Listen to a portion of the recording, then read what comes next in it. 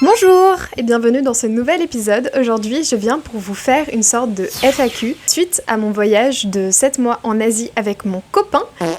Pour être honnête avec vous, j'ai pas énormément d'abonnés, donc la FAQ, il y aura pas beaucoup de personnes qui vont me poser des questions, mais heureusement j'ai des amis, et ces amis m'en posent, donc j'ai récupéré les questions qu'on m'a posées en DM sur Insta et des questions qu'on m'a posées dans la vraie vie, afin de vous créer une sorte de FAQ pertinente qui puisse donner une vue assez globale de tout ce qui s'est passé pendant ces 7 mois de voyage. Et normalement, la question qui sans doute vous intéresse le plus, c'est celle sur le budget de ce voyage. Voilà, combien ça coûte de voyager 7 mois en Asie.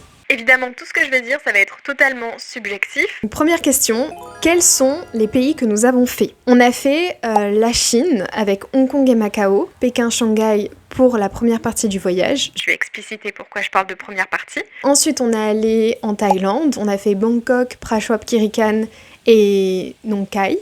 Puis on est allé au Laos et le Vietnam. J'ai reçu un appel donc de ma famille. Donc là j'explique pourquoi je parle de première partie du voyage. Et mon grand-père est mort. Et comme j'avais pris une assurance, ça a permis à mon copain et moi de rentrer en France. Le billet d'avion était pris en charge par l'assurance. Et j'ai pu assister du coup à l'enterrement de mon grand-père. Et après je suis restée un petit mois avec ma famille. Mon copain est resté chez la sienne. On est reparti un mois après. Donc c'est pour ça que je parle de 8 mois de voyage au départ qui a été prévu. Finalement 7 parce qu'il y a eu un mois en France. Donc une pause vraiment à mi-chemin. Ça faisait 3 mois et demi à peu près qu'on faisait Chine, Thaïlande, Laos, Vietnam. Et après on est reparti pour encore à peu près 3 mois et demi. Et à ce moment-là, on a fait du coup les Philippines avec Manille et l'île de Cebu. Ensuite on est allé à Singapour. On a également été en Malaisie, à Kuala Lumpur et Penang. On n'a pas beaucoup bougé. Et puis on est allé en Corée du Sud, Séoul, Mokpo, l'île de Jeju, Daegu.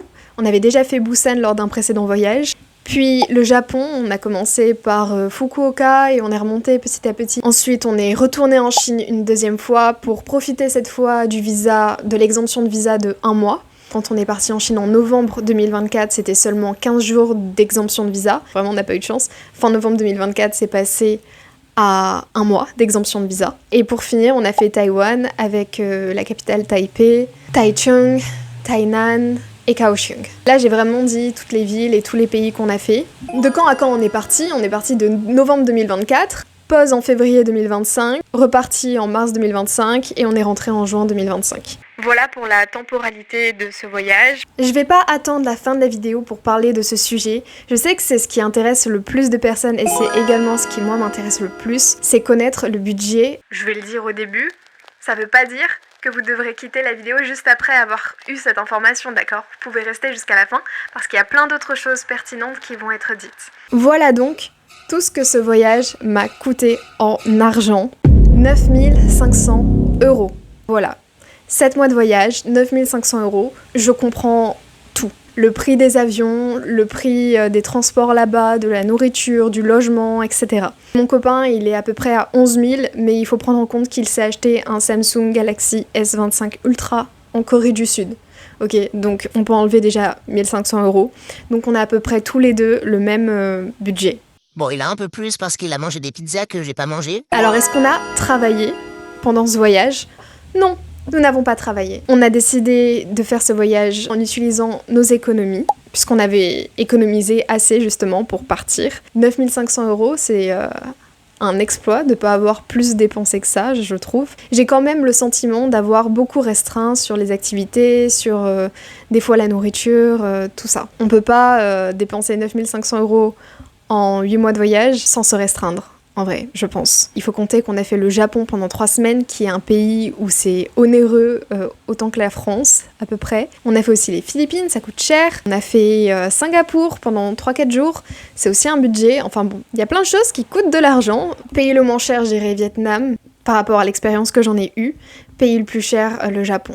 Mais Taïwan, c'était pas mal cher aussi quand même. Si on s'intéresse au logement, comment est-ce qu'on se débrouillait pour dormir dans les hôtels, etc.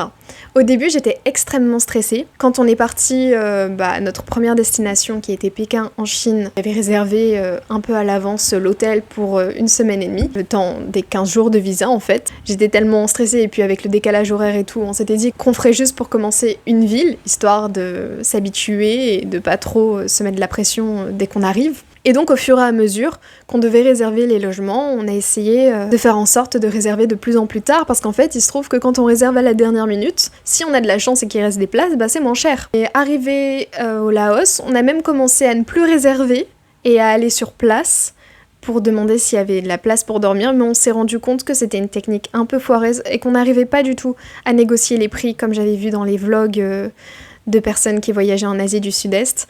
J'étais pas du tout à l'aise avec ça, ils nous disaient un prix pour la chambre, on était juste en mode ok, on va pas aller regarder la chambre et essayer de négocier un prix plus bas. Finalement, on s'est rendu compte que ce qui était le plus pertinent pour nous, c'était de prendre un logement sur Booking. C'est la plateforme qu'on a vraiment le plus utilisée, sauf en Chine, parce que en Chine, Booking, ça sert pas à grand chose, il n'y a pas beaucoup d'offres.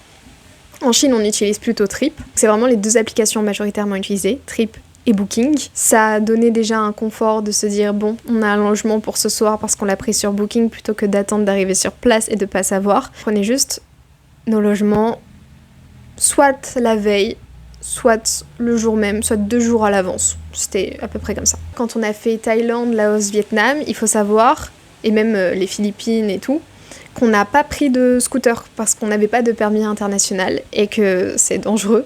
Et je veux pas jeter la pierre à ceux qui le font, mais le nombre d'accidents qu'on a vu de gens dans les auberges et tout qui portaient des bandages sur eux, c'est vraiment impressionnant. Donc faites attention sur la route si vous conduisez.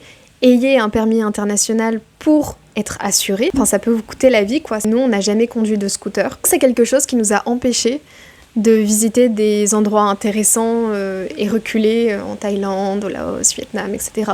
J'ai une autre question. À quoi ressemblait une journée type ? On se levait entre 8 et 9 heures du matin, à peu près. On ne déjeunait pas, on se préparait le matin, et puis on partait généralement vers 11 heures pour trouver un endroit où manger le midi. Soit on avait trouvé l'endroit où manger près d'un endroit à visiter, et donc on visitait l'après-midi ce qu'on voulait voir. Soit on rentrait faire une sieste de temps en temps pour sortir le soir, voir la ville de nuit, surtout quand il faisait chaud. Le soir, après, on trouvait un endroit où manger et on allait dormir vers 23h. En gros, notre journée, elle se base vraiment sur les moments où on va manger. Et c'est au moment où on va manger qu'on va faire des trucs. Et on choisit d'aller visiter des endroits, notamment si on peut manger quelque part. Et comme on a un régime spécial, moi je suis végane, mon copain est végétarien, c'était pas facile de trouver parfois des endroits. Et donc ça revient à une autre question qu'on m'a posée, c'est comment ça s'est passé en tant que végane végétarien en Asie. Eh bien, contrairement à moi aussi j'avais des appréhensions, et puis finalement ça s'est bien passé. On a pu manger à notre faim la majorité des jours. Alors oui, ça fait qu'on a dû aller plusieurs fois dans les mêmes restos dans une même ville. Par exemple en Chine, à Zhangjiajie, il n'y a rien, alors que Dieu sait qu'on peut trouver de ces buffets véganes en Chine à foison. À Zhangjiajie c'était le néant, mais on a quand même pris l'initiative d'y aller et on a quand même réussi à s'alimenter, pas dans les meilleures conditions, mais quand même on a réussi à survivre. Donc c'est possible, vous mangerez pas à votre faim tous les jours, vous devrez faire attention aux horaires d'ouverture des restos pour être sûr de manger, mais ça se passe bien. Donc si vous êtes dans ce cas-là, n'ayez pas peur et lancez-vous, parce qu'il y a un choix qui est astronomique. Et au-delà du choix astronomique, parce que ça dépend vraiment des pays que vous faites, la nourriture là-bas est tellement différente de ce qu'on peut manger ici en France ou dans notre culture occidentale que ça vaut le coup d'y aller juste pour essayer ces nouveaux plats, quoi. C'est trop bien d'avoir autant de plats véganisés qu'on peut pas manger de base en France parce qu'on sait pas comment les faire, on sait même pas que c'est possible, on n'a pas les ingrédients, on n'a pas les bases, quoi. J'aime pas cette question, mais je vais quand même la dire, parce que c'est celle qu'on me pose le plus. La plupart des personnes posent cette question, c'est quel pays est-ce qu'on a préféré ? Je pourrais pas dire pour mon copain, même si je pense que pour lui ce sera la Chine, mais moi j'aime pas répondre à cette question, parce que pour moi, chaque pays vaut la peine. Et si je vous réponds quel pays j'ai préféré, j'ai juste pas envie, comme ça, vous aussi, vous êtes intéressé par n'importe quel pays, et vous serez heureux quand vous irez dans tel pays, que vous aurez vos propres expériences dedans. On peut pas généraliser comme ça quand même. On demande aussi quels gens sont les plus sympathiques et tout, mais ça aussi c'est très stigmatisant pour la population. Chaque personne est unique. Et oui, il y a des mouvances dans les groupes, etc. Mais j'ai pas envie de m'arrêter à ça, donc j'ai pas envie de répondre à cette question. Est-ce qu'on était plutôt nature ou ville ? En vrai, on était majoritairement dans les villes parce que c'est dans les villes où tu retrouves des restos véganes et qu'on a envie de manger pour survivre. Et parce que c'est aussi une part importante du voyage que de profiter de la nourriture. Donc même si j'adore la nature et que pour moi on n'en a clairement pas vu assez pendant ce voyage, on est resté beaucoup en ville. C'était plus un voyage gastronomique qu'un voyage découverte de paysages incroyables. Mais pour ma défense, les paysages incroyables, on en a en France. On en a plein en France. Mais la nourriture asiatique végane, c'est rare. C'est très très rare. Ah, une question. Parce que vous avez sans doute vu la transformation capillaire de Thomas avec ses cheveux au début du voyage et ses cheveux à la fin. Il y en a plein que ça a choqué. Non ? Bon, en tout cas, nos cheveux ils ont poussé, même moi, je suis trop contente. Donc Thomas et moi on est ravis par nos nouvelles coiffures. Et vous n'avez pas le droit de nous juger. Est-ce qu'on a fait beaucoup de rencontres ? Je pensais qu'on en ferait beaucoup, plus. On n'en a pas fait tant que ça. Quand on a commencé le voyage, on a fait la Chine. La Chine, en vrai, c'est un peu compliqué si tu parles pas chinois de rencontrer des gens et de sympathiser avec eux. On a rencontré des jeunes à Dangxia, mais c'est arrivé une fois et c'était sur une quinzaine de minutes. Au Laos, on a commencé à faire des rencontres. Je pense que ça se compte en dizaines. On aurait pu en faire beaucoup plus, mais on est un couple. On était quand même un peu fermés, un peu dans notre zone de couple, zone de confort. La question qui fâche. Ça, c'est beaucoup d'amis qui m'ont posé cette question. Comment ça s'est passé avec Thomas, mon copain, pendant ce voyage ? Parce que quand même, on est restés non-stop ensemble pendant 3 mois et demi, et ensuite encore 3 mois et demi. Sachant que, comme je viens de le dire, on n'a pas fait tant de rencontres que ça. Les peu de personnes qu'on a rencontrées, ça a fait du bien de sociabiliser avec d'autres gens. Parce que c'est quand même dur d'être avec son copain H24. Il n'y a pas un moment où, à part au Vietnam quand Thomas avait une intoxication alimentaire, où on est sortis faire nos propres trucs de notre côté. On était tout le temps ensemble, et notamment parce que Thomas gérait Internet. Il avait la eSIM et moi je ne peux pas avoir ça sur mon téléphone. Et j'avais la flemme d'aller dans chaque pays pour demander Internet. Bref, ça me convenait comme situation. On a dû se séparer 4 fois max pendant... du coup 7 mois si on cumule tout, de voyage. Et c'était pas facile tous les jours, évidemment ça a créé des embrouilles, on n'est pas dans un monde de bisounours, on est des êtres humains avec des caractères différents et des fois on avait du mal à se comprendre, mais ça nous a aussi permis de nous rapprocher. Beaucoup de mes potes m'ont dit qu'elles n'auraient jamais, mais jamais pu faire quelque chose pareil. Dernière question de cette première partie, parce qu'il y a une deuxième partie qui arrive, d'accord ? Et là tout de suite dans cette vidéo, c'est pas une deuxième partie dans une autre vidéo. Quelle perspective maintenant que le voyage est fini ? Maintenant que c'est terminé, j'ai besoin de me reconstruire et d'avoir à nouveau de l'argent, parce que j'ai brûlé mes économies. Thomas également, et lui il va partir travailler, moi aussi. Sur la chaîne, on va continuer avec Liansu à faire des podcasts sur les séries et films asiatiques, coréens, chinois, japonais, taïwanais, etc. Ça dépend de qu'est-ce qu'on voit. Si c'est un contenu qui vous intéresse, n'hésitez pas à vous abonner à la chaîne, parce qu'il y a plein de choses qui vont arriver. Dans la mesure du possible, parce que vu que Liansu travaille et que moi aussi je vais m'y mettre, on pourra pas faire tout le temps du contenu aussi régulièrement que ce qu'on arrivait à faire auparavant.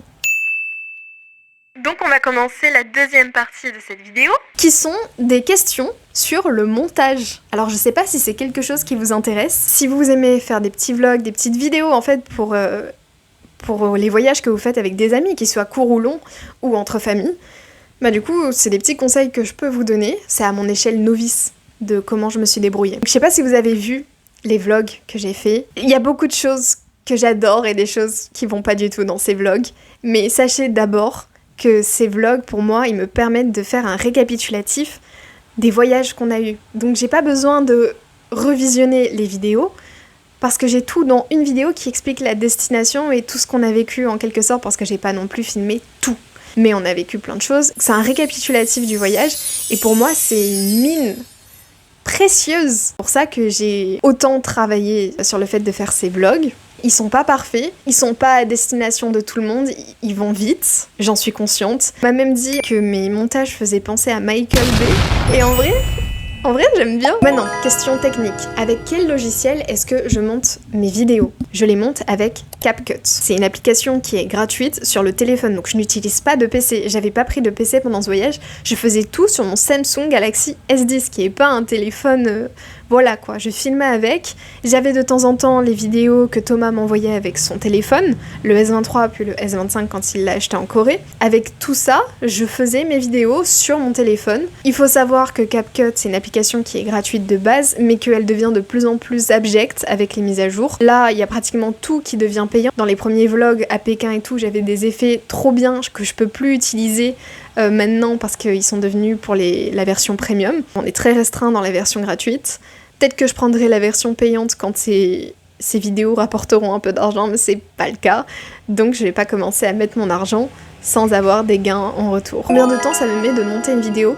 Extrêmement longtemps. Généralement, ce que je faisais, c'est dès qu'on avait une journée chargée, le soir même, je me mettais à tout couper et tout pour pas perdre de temps en fait. Dès que je sentais que là, ça allait faire trop de choses, ralentissais le rythme du voyage pour que j'ai le temps de monter, avoir un jour off. Comme ça, je me pose sur le montage et j'ai pas trop de retard accumulé. Pour une vidéo, une journée, à peu près, ça dépend. Vraiment, ça dépend. Et quand est-ce que je montais mes vidéos ? Ça dépend aussi, il y a des effets ou des trucs comme ça que tu veux utiliser, mais en fait ils sont pas disponibles si t'as pas internet, donc tu dois être connecté à la Wi-Fi. Et qu'est-ce que ça a été relou ça pendant le voyage. Il y a plein de fois où je voulais monter ma vidéo, où on était dans un transport et tout, mais que je pouvais pas parce que j'avais pas internet. C'était très frustrant, j'accumulais du retard, mais au final je m'en suis sortie et vous avez les vlogs tels qu'ils sont. Donc il y en a qui sont faits à la va-vite, il y en a qui sont mieux faits que d'autres, ça dépend vraiment du temps qui m'était alloué. Est-ce que c'était galère de voyager et de monter en même temps ? Oui, c'était galère, mais je savais que je serais ravie d'avoir un résultat final de tout ça et d'avoir ce voyage condensé en quelques vidéos. Donc je regrette pas du tout, je suis trop contente d'avoir fait ça. Et je me tape toujours des barres devant mes vidéos, ça me fait rire. Je défends comme faire ces visages amusants, et je défends comme faire aussi les effets sonores prout que j'utilise. Le stockage des vidéos sur le téléphone, ça aussi c'est une question. Est-ce que j'ai utilisé un disque dur ? Non !